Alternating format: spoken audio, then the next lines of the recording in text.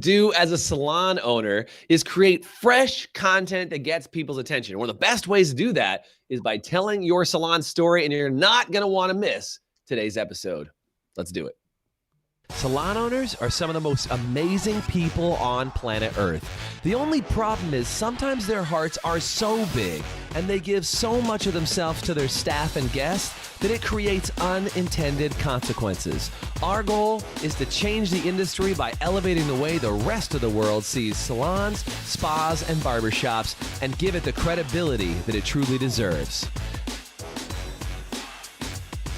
This is the Salon Owner Evo-Revo Show. Today's podcast is brought to you by Salon Scale, allowing you to charge by what you know, not by what you feel. What's going on, guys? Welcome to today's show. I'm Jason Everett, your host for the Salon Owner Evo-Revo Show. Welcome to today's broadcast. We're talking about how to build your salon story. And I think this is a really important topic because so many salon owners, they try to tell their salon story and they kind of get it partially right somewhere, but they don't always know how to best communicate their salon story in an effective and meaningful way to make an impact online. And with me on the show today is my good friend and buddy, James Cooper. What up, Coop? Good to see you, brother, man. How are you? I'm fantastic. Thanks for having me on the show today. Dude, you're always fantastic. And not only are you always fantastic on camera, but in person and just hanging out, you always have the biggest, best smile, and your personality is just amazing. So thank you so much, man. For those of you guys who don't know James Cooper, he's subbed in and done some work for us in the High Performance Salon Academy, but he runs his own company. Oh, look at that. Adam Belansky says, what's up, too? What's up, Adam? Good to see you. Speaking of other homies. But James runs a company. He does six-figure storytelling. He helps people professionally tell their stories in a way that captivates and invites the audience to listen in, lean in close, and just get emotionally immersed inside stories. And I think, James, the gift that you have that I hope comes out in the show today is your amazing ability to unpack stories in a way that captivates people. And I think if we can get some tips from you today on that, that would just be tremendous. But just thank you for being here today. I appreciate it. Yeah, absolutely. I'm excited. Dude, so good to have you on. So good. Yeah. And dude, let's talk about this because you know I work with the salon spa industry, and I think it's one of the most amazing industries in the world. And some of these salon owners, well, not some, every one of these salon owners have incredible stories of perseverance and what they've overcome and where they came from and what they do now. And it's just, they're some of the most amazing comeback stories, but all of them are so humble that they would never brag about their story or talk about themselves or anything like that. And they create all kinds of chaos with, the chaos in my mind was your camera jump for a second. I don't know why. I was really getting involved. you were intensely listening. But yeah, I mean, it can create chaos because they don't know how to tell their story in a really meaningful way that isn't they just brag about themselves and be like, oh, by the way, even though all this trauma happened in my life, look at who I am now. They don't want to tell that story, but sometimes that's the most captivating story they can tell. Absolutely. Because it's unique. And the one thing that I share with people is that, it doesn't matter how many people do what you do, nobody has your story. You could live in the same house with a sibling and the same events happen in the house, but their perspective on the events and how they see the events and filter the events come up with a completely different story. So your story is like your fingerprint. Nobody else has it. And that's why it's the most valuable currency you have to attract your ideal customer. But it's the thing that you must share. I am so passionate about this because people tend to devalue their own story, and it's something that it needs to be shared because there's somebody out there that needs to hear it. Truth. So let me ask you this: if you're a salon owner and you're on with us live right now, and you'd like to get better at sharing your story, would you do me a favor and say story in the chat? Because I'd love to know if this is a topic that you're excited about. Because I think it's one of the best stories you can ever tell. For crying out loud, I see Ron and Judy McKenzie who are on with us right now. Gosh, man, they have an amazing story too. And I think so many salon owners don't know how to communicate their story really well. And these guys have built up an amazing school community and salons and all these amazing things. And they just love on people and help people share their story. James, what are some things to help people start to build out an effective story? What are some story tips? How do you do do it? And how do you do it in a way that's not like braggadocious? Like, I don't want to be like, well, then last year I made millions of dollars and I just, I just am a money grubbing person. Like, how do you build a really effective story that captivates people? Yeah. Well, I think the first thing is to, for lack of a better word, get over yourself when it comes to thinking that other people are going to have a bad impression of your story. Because that's all you. When you tell your story, you need to tell it from the heart. You need to allow yourself to be vulnerable and just be open and honest. Because people can tell fish stories from a mile away. If you're being inauthentic and you're, trying to pump up your story with facts that may be a little stretching the truth a little bit for effect, or because you don't think that your story is good enough, people can sense that. So the first thing is to be honest, and share your truth. That's the most important thing. The second thing is what connects us is through story. We are storytelling creatures by nature. We are born, with this innate ability to tell stories. I mean, I listen to stories from my kids. I know which stories are not necessarily true, but I listen. My 6-year-old has been, he's been telling stories with his Legos or when he's doing creative story ideas. I mean, we're just, when you think about it, all we do all day long is, when we're connecting with people, is we tell stories. If you connect with a friend that you haven't talked to in a long time, we say, hey, what's up? What have you been up to?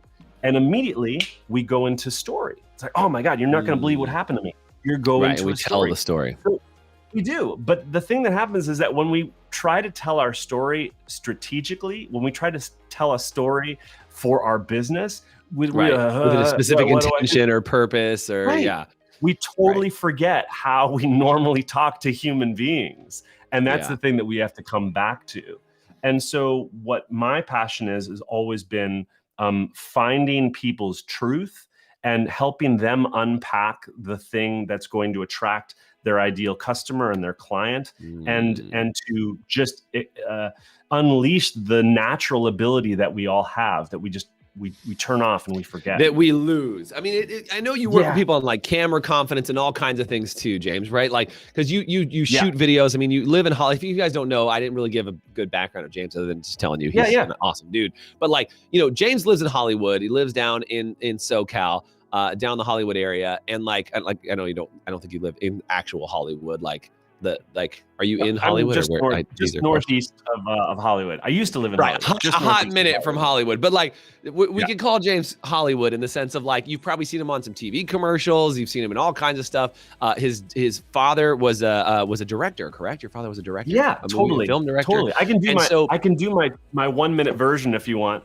Dude, give me your 1 minute version just so people know, because I think it's important. Like, I'm just hanging out with a buddy, but like, tell people about your story, man. Yeah, totally. I've been obsessed with stories since I was a little kid. So when I was 5 years old for Christmas, it was a month before my 6th birthday, my dad got me my very first camera. And I think awesome. I love it. Do you have it still? Dude, that's awesome.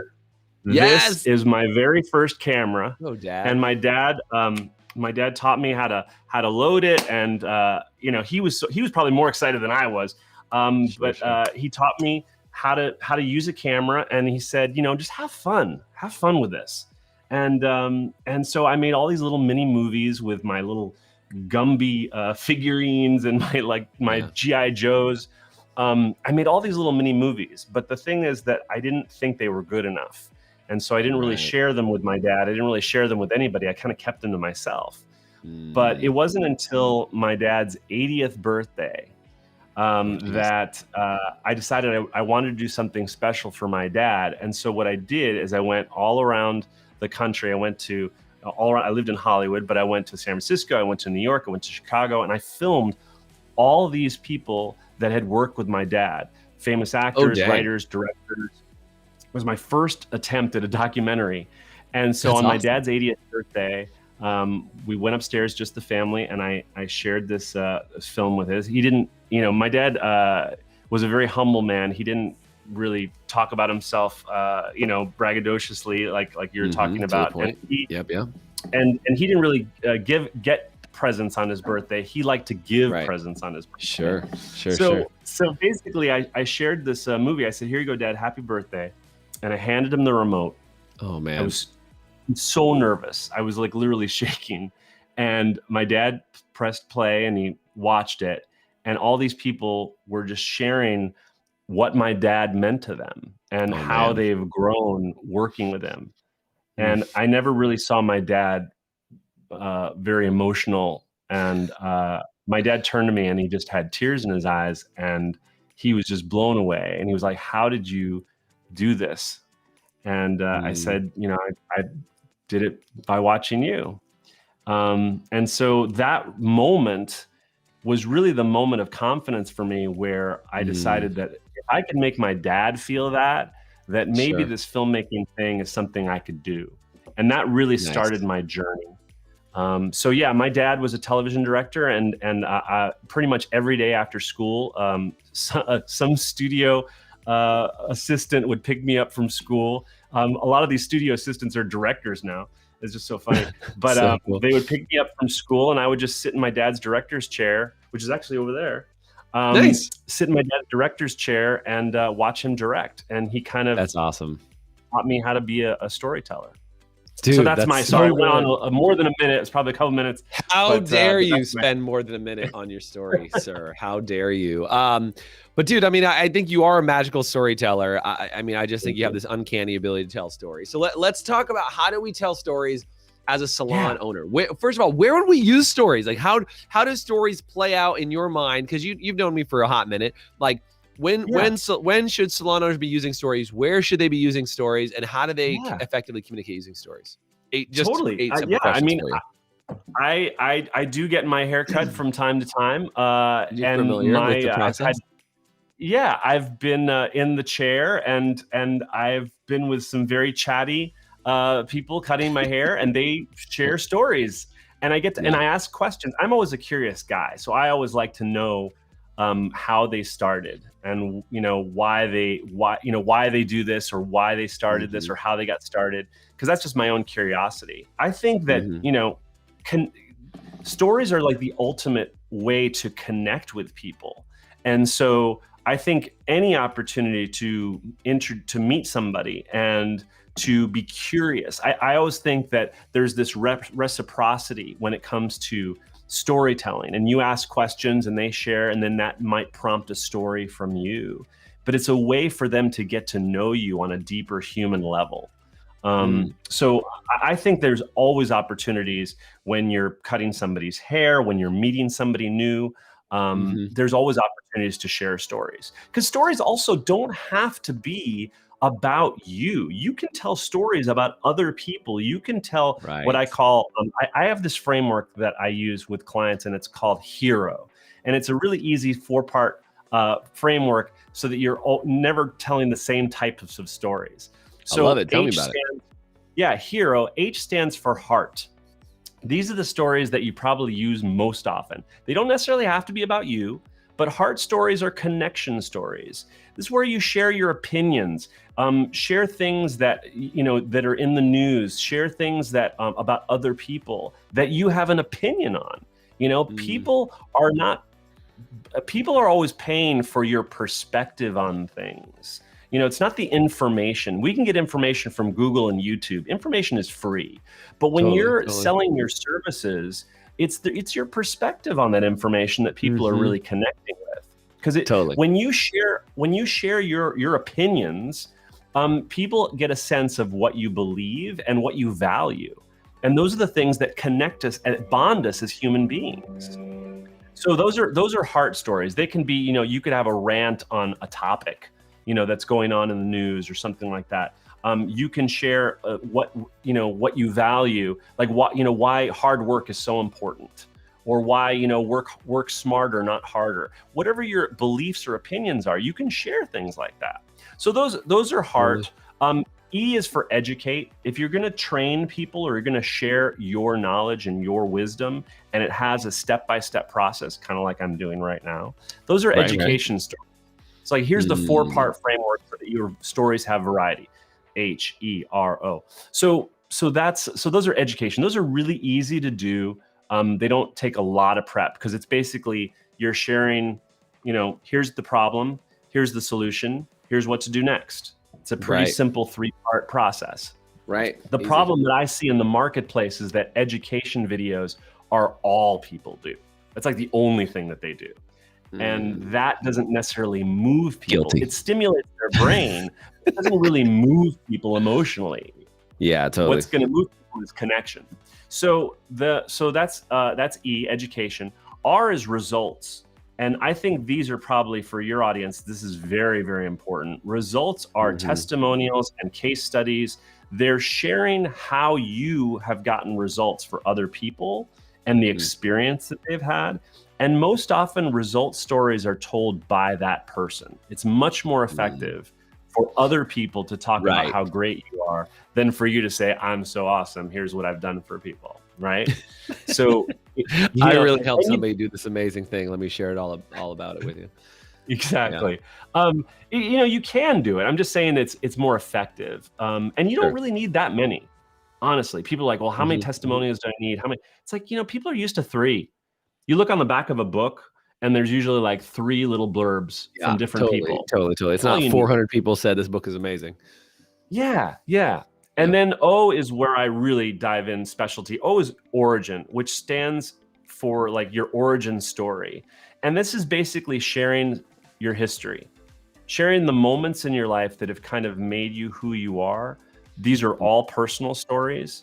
I'm always searching what's called the signature story, which is kind of like your own TED Talk, like the story that you would tell if you had 15 minutes on stage.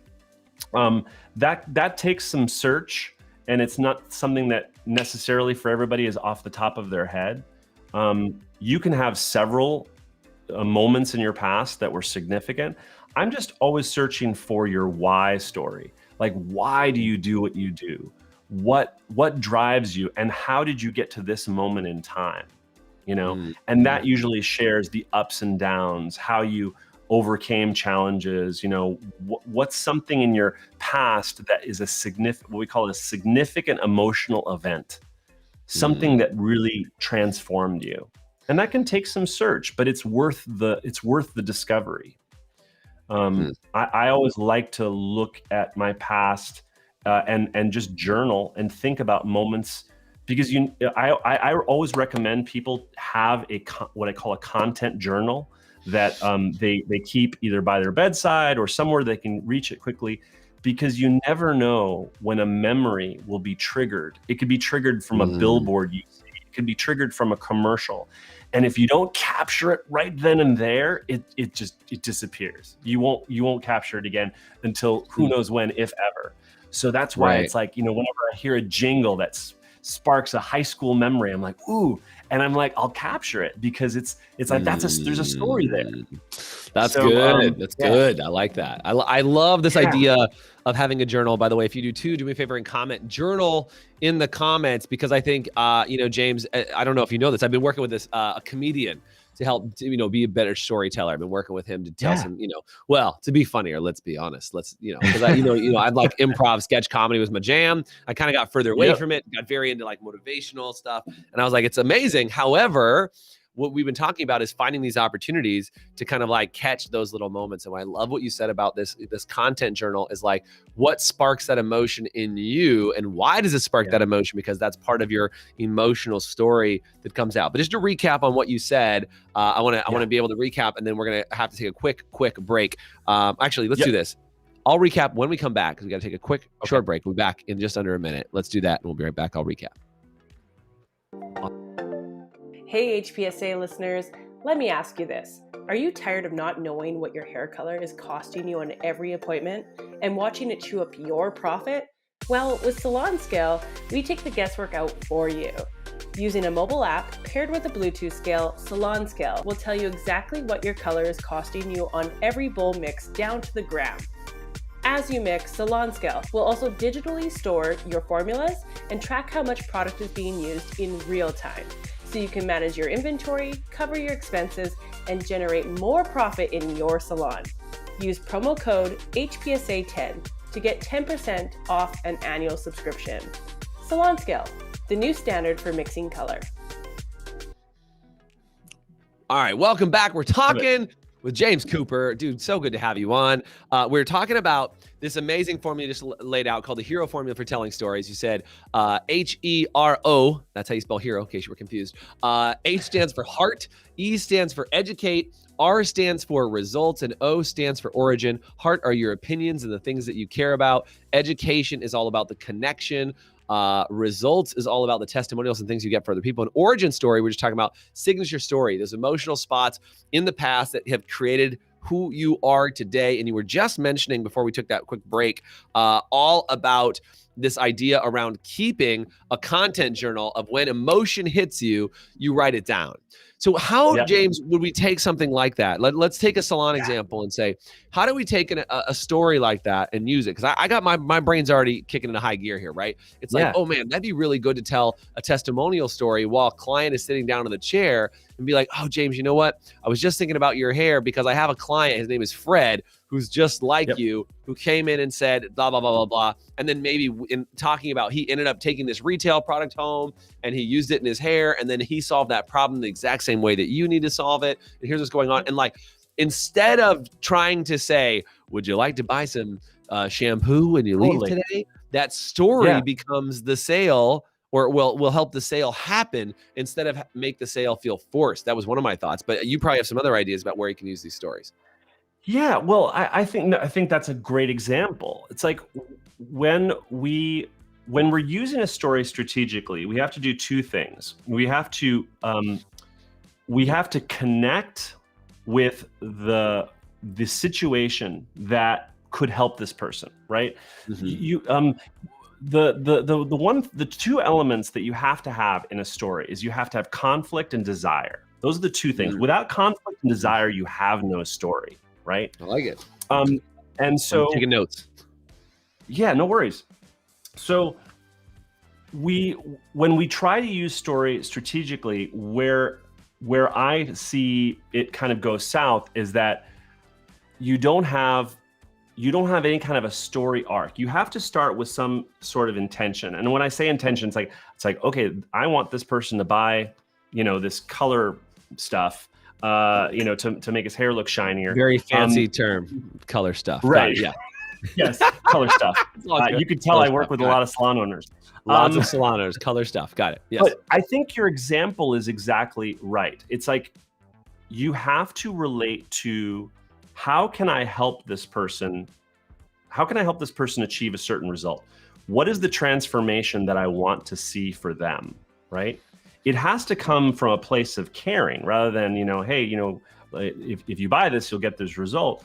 I can't remember who said the quote. People don't care how much you know until they know how much you care. Truth. And it's such an important quote when it comes to storytelling, because what you have to always say, what is the purpose of sharing the story? What am I going to gain? There's this phrase that I've always remembered called WAIT, which stands for why am I talking, which has always been helpful for me because I don't jump in and say things, unless I know exactly why am I talking, why am I sharing this. So I always wait before I speak. So putting this into practical terms, if you think that what you're offering can genuinely help somebody, rather than you're not just trying to make an extra few bucks, then you can definitely share a client or how you have found this product really helps.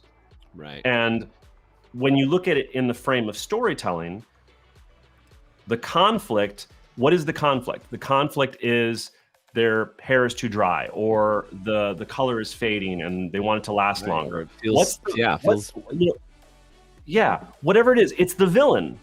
You have to have a villain in a story. There has to be a villain, right? And if you're going to help vanquish that villain through this product, here's how it works. And here's who has gotten great results through using this product. So there are three main things that I focus on when I try to tell a story. First thing is you got to set the scene. Every story has to set the scene. And I won't go down a huge rabbit hole of setting the scene, because there can be lots of different components, but it's basically, what is the situation? Mm-hmm. What's the situation in this story? And in any situation, again, you have to have both a conflict and desire. I wanted this, but I couldn't because of this problem. I want to achieve this, but here's the challenge. And that's where you set up, what is it that you want, the desire, and what's the conflict, the villain. Once you understand, and sometimes you share that through a story of somebody else who had that situation, so that they can relate. Right? Yeah. So Digging it. You have to set the scene. Otherwise, people don't know why you're telling the story, and they don't know, why they should listen. But if it's a strong desire that something that they really want, and it overcomes this problem, because we're here to help solve problems. Then once you understand that, and that scene has been set, then you can move forward with a story, an example of somebody else. Let me translate this into Salon world, right? Yeah. Is it setting the scene or getting the situation is making sure you have an amazing consultation with somebody and telling them, like, I'm here to help you. I'm going to figure out what we're doing, setting the scene, getting the situation set up for the first place, and then figuring out what are their desires and what's standing in their way for the guest that's sitting in your chair, right? If you're a stylist, you're saying, like, is that kind of what you're talking about? Like setting the situation, like, I've helped lots of people. I'm here to help you with this.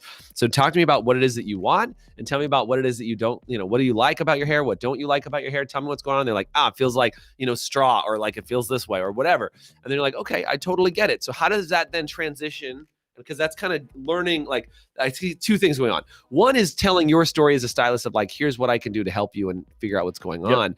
But I also would say, James, that I'm kind of picking up this other part of what you're saying, is that learning the guest's story that's in the chair is as important as sharing your own story about how you can help them. Totally. Absolutely. You have to understand your audience. You have to understand who it is that you're talking to, and what are their needs and desires. Now, if you've been in the salon industry for any number of time, even I'm sure in salon school, there's only so many problems. Right. Totally. There's only so many problems that people have and that you can solve. And so there are references that you can pull from other people's stories that you can use. Because what people want a transformation. They want to get from where they are to another place. And what great stories do is they take them on a journey, and hopefully at the end of the journey, they are transformed emotionally, and they see the possibility and hope of what could be. We're taking them from here's what is to here's what could be.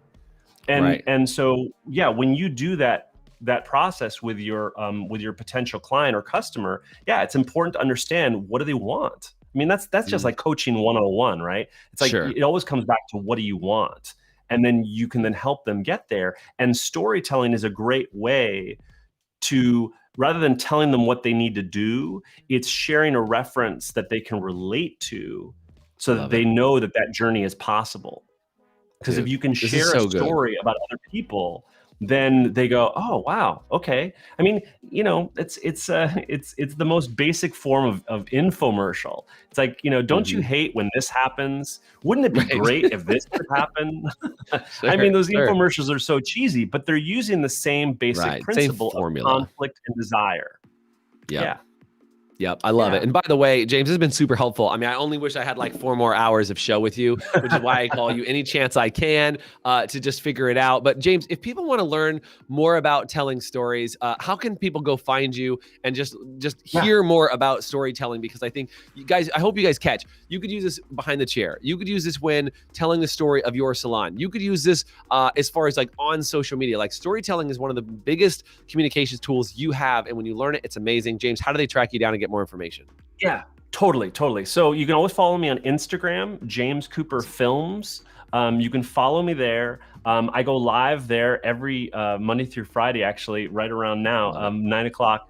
And then also in April, I am going to be doing a storytelling workshop. It's like a 90-minute workshop. So we're going to talk about story crafting, which is kind of writing and crafting the story. And then we're going to talk about storytelling, which is also about the delivery. How do you deliver your stories with impact? And so I haven't set a date, but it is going to be in April. So message me on Instagram with the word workshop, and I'll give you I'll give you all the details. Consider yourself messaged by me, my friend. I'd love to sit in on more James Cooper classes. If today was wicked valuable for you today, would you do me a favor and just say wicked in the chat? James, always fun to have you on. Thank you so much. I hope you guys will go find James over at Instagram, James Cooper Films, and get more information about how you can tell amazing stories, make your social media better, connect with your guests better, connect with your staff better, but more importantly, understand your story. Thank you so much, James, for being on today. Awesome stuff. Thank you so much. All right, thanks a lot, bro. Good to have you on. Yeah. Thanks for listening to the Evo-Revo podcast. Today's podcast was brought to you by Salon Scale, allowing you to charge by what you know, not by what you feel. Please subscribe, leave us a review, and you can always get more information, including show notes and the video episodes at evorevopodcast.com.